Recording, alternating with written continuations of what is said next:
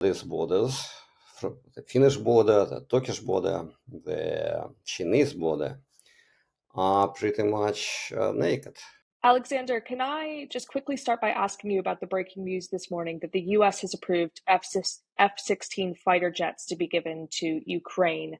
How significant of a move is this? This is really significant news. That's a serious military capability that Ukraine needs, I think, desperately at this point. It will help with the counteroffensive and with dealing with the minefields, and and this decision was weighted. It was kind of actually very much overdue, and this is the pattern of the American decision making, that they do the right thing, as Churchill said, after they try everything else. And in this Ukrainian war, they actually do make right decisions about the tanks and now about the airplanes and about, I think, the decision about the long distance missiles is also coming. But they also consistently they make these significant delays. And it's an interesting pattern. It should be deciphered, the meaning of it.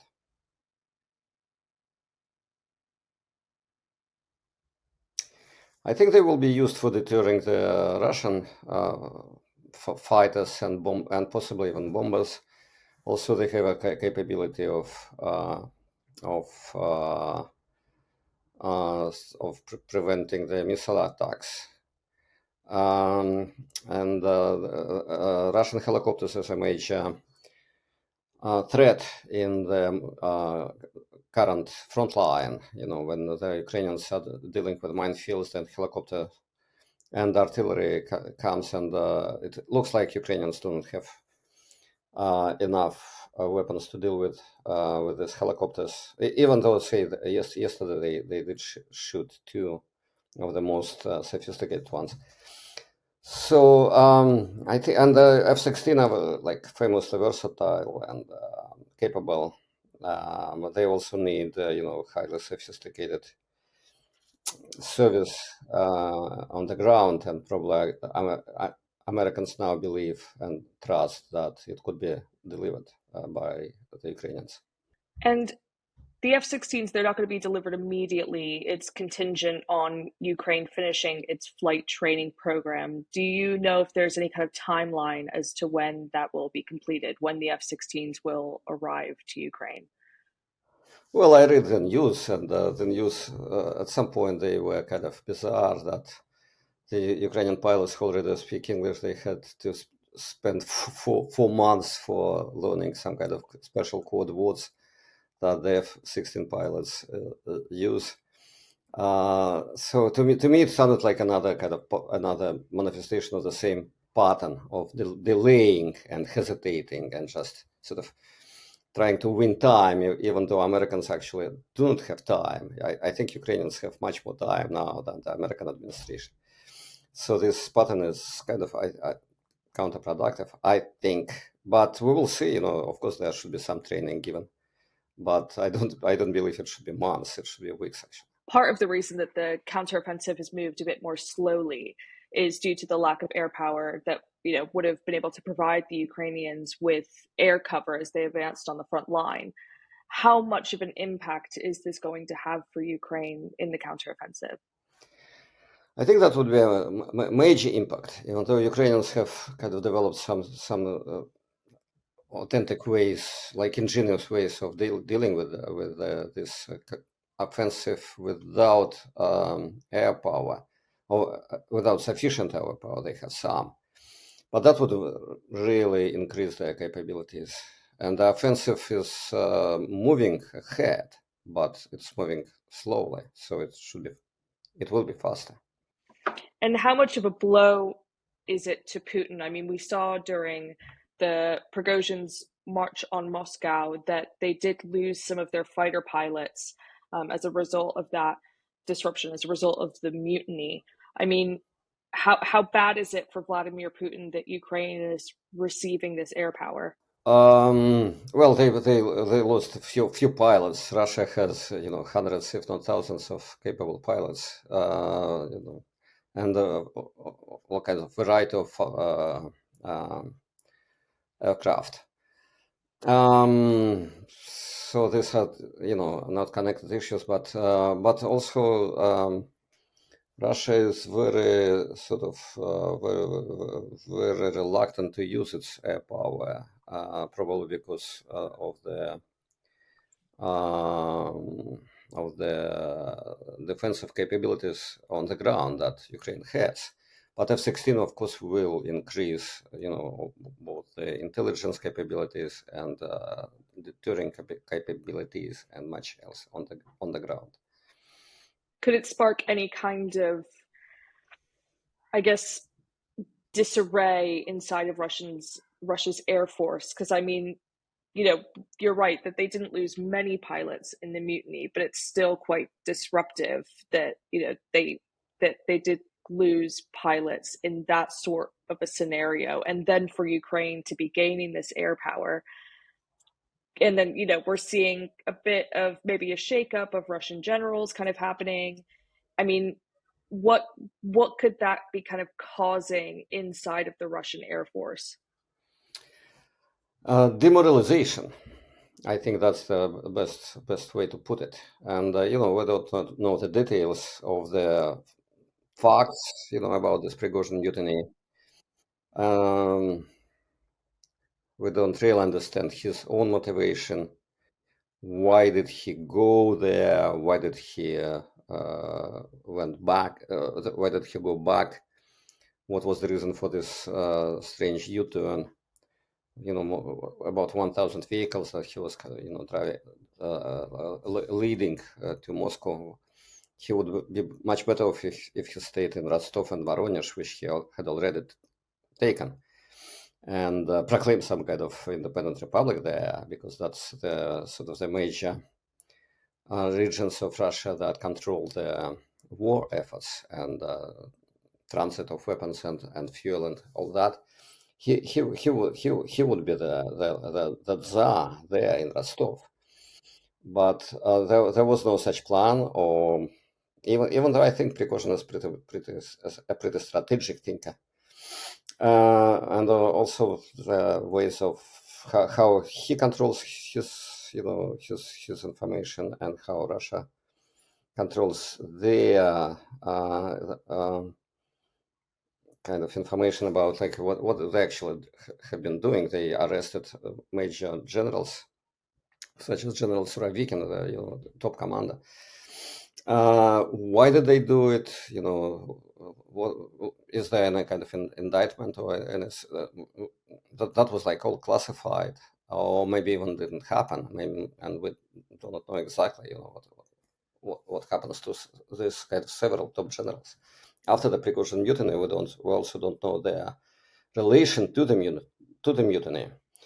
And of course, like if you try to put yourself into the shoes of a Russian air pilot, or an officer or a general, of course, all these people are just confused what's going on. They develop their whatever conspiracy theories they have. I mean, what else can they do? There is no official explanation.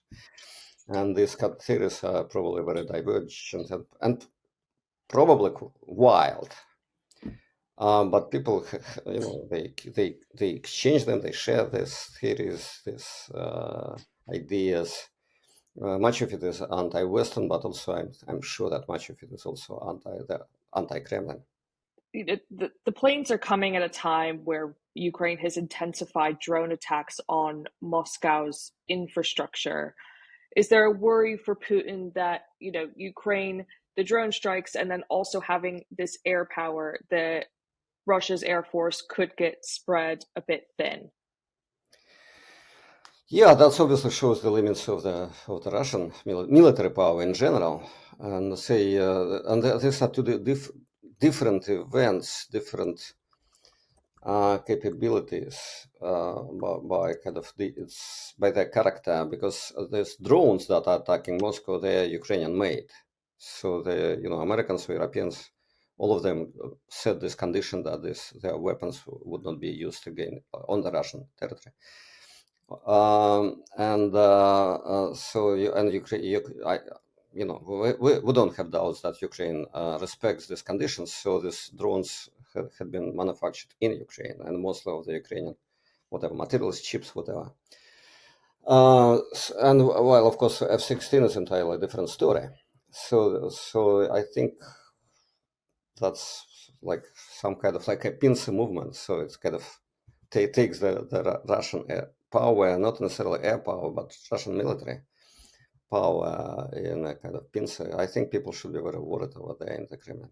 And there were some people during the mutiny that were saying that actually there are some real worries about how much Russia can defend its own borders, because Prigozhin was able to move quite quickly into Moscow, and maybe if he hadn't, stopped halfway along, he could have gotten there.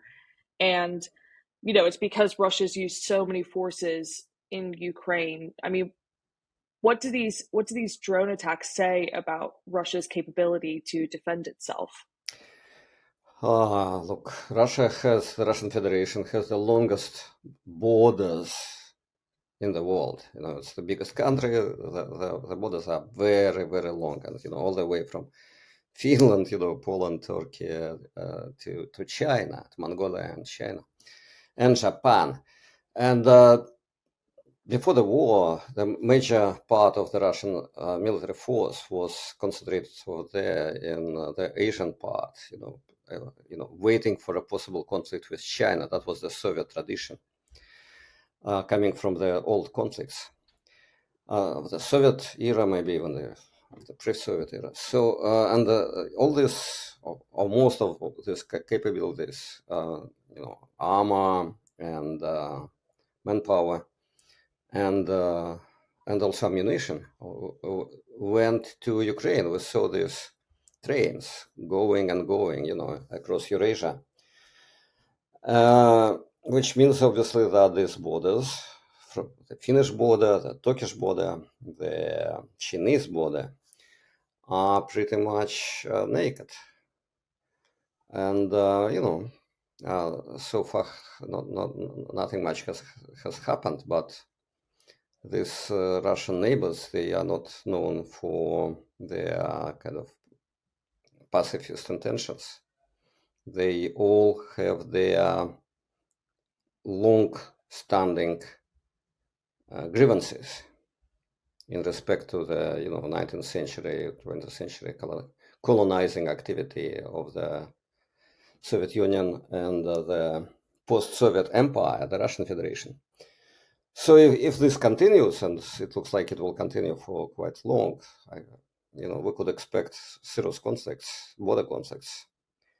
I expect them on the Asian border rather than on the European border, but we will see what will happen. That's a major concern, and there is a fresh information coming today that basically there are leaks about the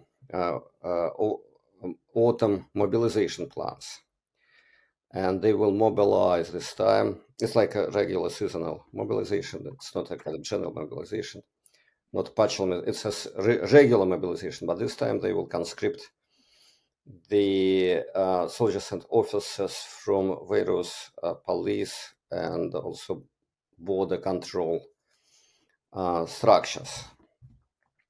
So that means that because they are not a part of the military, like internal police or the border service is not a part of the military. But if people are conscripted, junior officers or privates into the army, of course, that would mean the further deterioration of this border control. I wanted to pick up on your point there that you said about Russia's eastern border with China. I mean, there's been a lot of talk about when this war is over. Even Putin has warned about a collapse of the Russian Federation. Slightly ironic because what he's trying to do is expand it into, this kind of Soviet era glory days that he really that he remembers from his childhood, and yet, now there's conversations about it shrinking. But there have been actually some kind of theories about Siberia and what happens there. I mean, is there a worry that, maybe kind of like in World War II, we see Russia divided east-west, a bit like East and West Germany or something. And, maybe China takes over the Siberian side. I mean, is there cause for concern about maybe China's involvement in this conflict is a little bit more sinister than what we've been thinking? Yeah, it may be so. And when President Xi was leaving Moscow several months ago, so that was a televised kind of picture that he was saying goodbye to Mr. Putin. And he said, President Xi, the Chinese president, said that things are happening of a kind that we haven't seen for 100 years. And that was a kind of mysterious statement. So, like, what did he mean? What kind of things?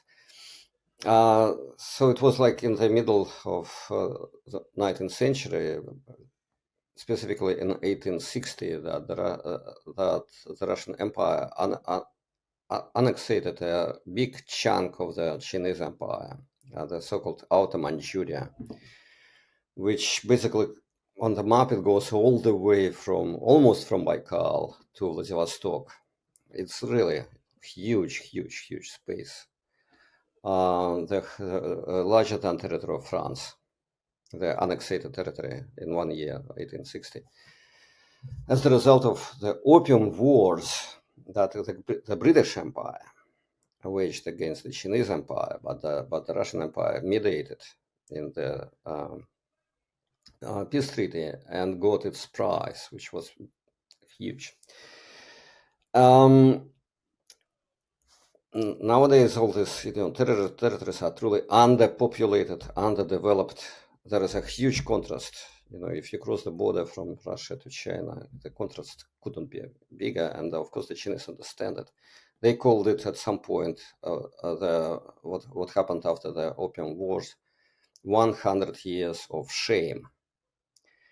The shame also included the loss of Hong Kong, which they recovered. But this Outer Manchuria, of course, still belongs to Russia.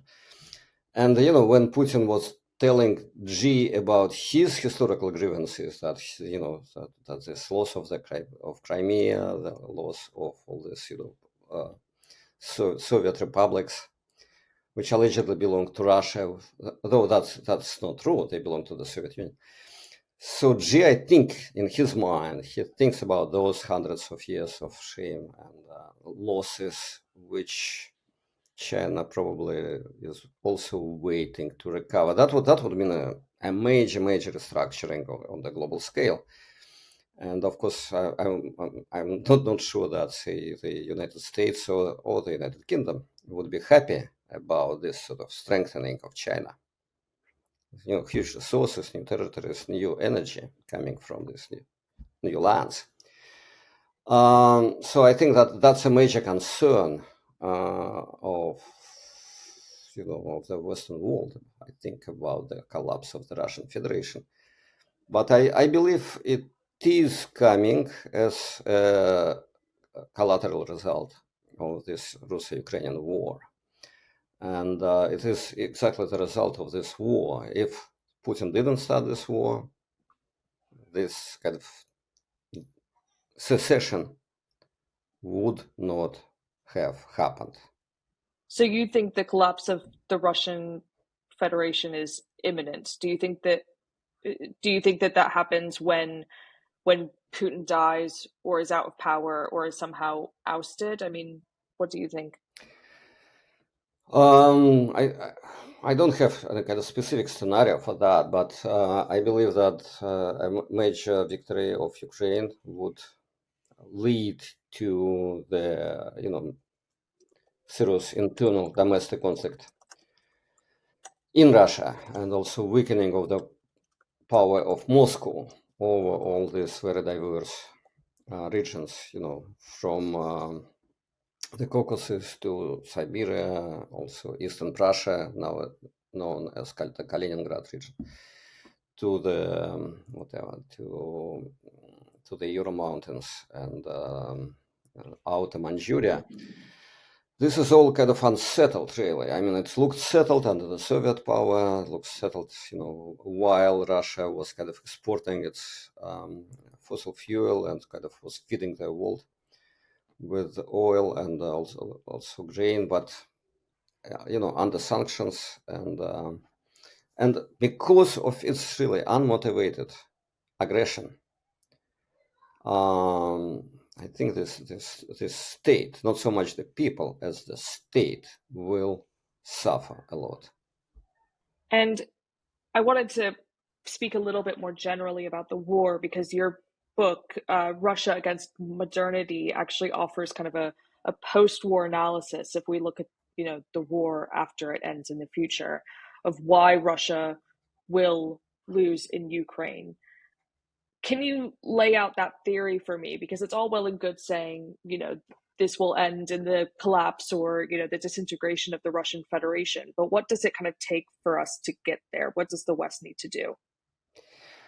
Well, my book is not really about the collapse. That's the last chapter of it. It's like the end game, trying to predict the end game, or the outcome of the current war. But my book was mostly, like other 9 or 10 chapters are about the reasons for the war, the causes, the deep underpinnings of this war. And I look at the war in the context of climate change, of the global processes, climate change and decarbonization, the forthcoming reduction of of using and burning fossil fuel because of the limits of nature, because of climate change. And the less people, the less people in Europe and also in China will be burning fossil fuel, oil and gas, the less revenue will Russia have. Because the fact is that that exporting oil and gas is the existential interest of Russia. It is really the backbone of the whole economy of the Russian Federation. So reducing emissions lead to reducing consumption of fossil fuel. Reducing consumption of fossil fuel leads to impoverishing the Russian Federation. That could have been very different if the Russian government, diversified the economy and modernized it and made an emphasis on human capital, because Russia has, educated people, and in the past there were many other ways of developing this part of the world, but all those possibilities, opportunities have been missed. The farther it went, under Putin's power, the more Russia was focusing on fossil fuel. And this is really a fossil economy. It really belongs to the past. So modernity is about reducing that, eliminating that. And that undermines the existential interest of the Russian Federation. That was the reason for this offensive against Ukraine and against the West. Yes, and you've written as well that this is actually, if we look at it, kind of a generational war, that Putin's cabinet versus Ukraine's cabinet, there's a very big age divide.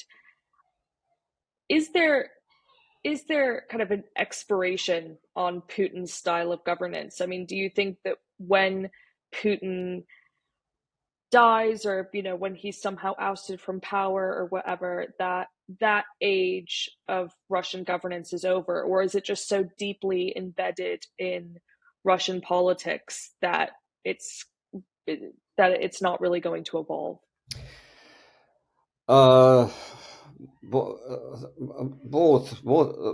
Both answers are true. Strangely, it is embedded in Russian politics because it happened many times. With the death of Stalin, new generation, people like Khrushchev, much younger people came to power. With the death of Brezhnev, very different people, the younger generation like Gorbachev, came to power. And now with Putin's death, I'm sure that younger generation will come to power, and these people will have different ideas and values and interests. On the other hand, this cycle repeats and repeats and repeats. I mentioned three times, three cycles. Or if I went further in the Russian imperial history, it would be more. So this cycle, the whole mechanism of this gerontocracy should be disrupted. Because, the older is the leader, the more years or decades he is in power, the bigger is this disruption. And this disruption is really kind of intolerable to the world and to Russia as well. So this should be disrupted somehow, either. So Gorbachev's project was about instituting, truly democratic mechanisms, regular elections, Western style. It didn't happen. So there could be and probably should be some other ways to do that, such as, again, disintegration of this counterproductive state. So the only way for Russia to ever modernize is for it basically to break down, is for it to disintegrate. I wouldn't say so. I mean, as a historian, I wouldn't say this is the only way. I would say this is a probable way. And this is an option that opens new opportunities as well as raises new risks and threats. But this is how history goes. Is there another way? Well, if Mr. Putin stops the war voluntarily and withdraws his troops, and there would be a kind of treaty that Ukraine would accept, and then Russia would modernize and democratize. But I think that's both unrealistic, and also there is nothing new in these ideas. So, we need to be more open. This, as President Xi said, this is an entirely new situation. This has never happened, at least during the last 100 years. And also the outcome of the situation will be very new. Alexander, I don't have lots of time left, so I just have one final question for you, and I think our viewers would be really interested if you had kind of a timeline for this, or a timeline that you predict this might happen in. I mean, full disclosure, I'm 23. Do you think in my lifetime that I'll be seeing the disintegration of the Russian Federation, or do you think it's longer term than that? So you will see it. Maybe I will see it. I don't have a timeline. I can't say it will happen tomorrow or it will happen in 5 years from now. But I'm pretty positive that we will both see it. Brilliant. Thank you so much, Alexander. That's everything that I had to ask you. And I just want to let our viewers know that your book, Russia Against Modernity, is available, and it's just an absolutely fantastic read. I'm sure they'd be very interested in that insight. And thank you to everyone that came and watched this episode with me today. The best thing that you can do to help our channel and to help bring more videos like these and more analysis from people like Alexander is to subscribe to our YouTube channel today. Thank you.